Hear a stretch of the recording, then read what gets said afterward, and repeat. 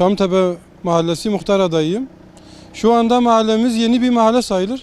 Yeni nüfusu 20 bine yakın bir nüfusu var.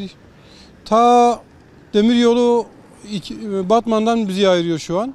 Mahallemizin eksikleri başlıca olarak alt geçit, yaya ve araç geçişleri için. Projede olduğu rağmen hala yapılamamış. Sağlık ocağımız yok, belirttiğim gibi. Bizim bir mahalle olarak taziye ve cami ihtiyacımız da bulunmakta. Bayanlarımız, bacılarımız da öbür mahallede pazarını yapmak durumunda kalıyorlar. Bizim mahalleye bir pazar da kurulması şart şu anda. Şu anda bizim geçişimizin yasak veya yasa dışı olduğunu söyledikleri için kapatıyorlar. Beton blok bile bıraktılar. Onun için buraya bir alt ve üst geçit olmak üzere yetkililerden yardım diliyoruz yani. Belde Mahallesi ve Çamlıtepe Mahallesi arasındaki tren rayı geçidinde bundan 3 gün evvel beton bariyerlerle kapatılmıştı. Yaptığımız bir nevi girişimlerde Sayın Valimiz, Sayın Belediye Başkanımız yardımcı oldular. Gelip o beton bariyerleri kaldırdılar.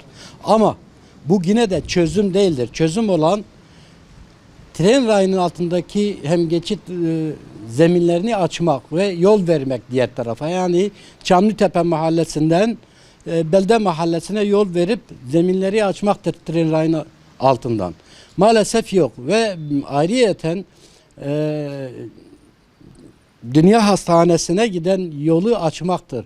Ama neden açmıyorlar? Yarı yola kadar açıldı, ondan sonrası kapatıldı. Şimdi Sayın Valimiz ve Belediye Başkanımızdan rica ediyoruz.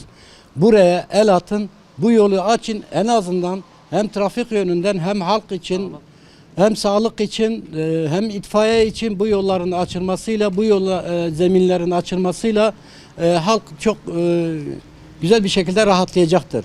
Onun için yine de biz valimize, vali yardımcımıza ve belediye başkanımıza teşekkür ediyoruz. Çünkü sesimizi duydular, yolumuzu açtılar, beton bariyerleri kaldırdılar. Onlar için yine sesleniyorum. Bu yolların açılmasının içinde gelip bir üstünde dursunlar.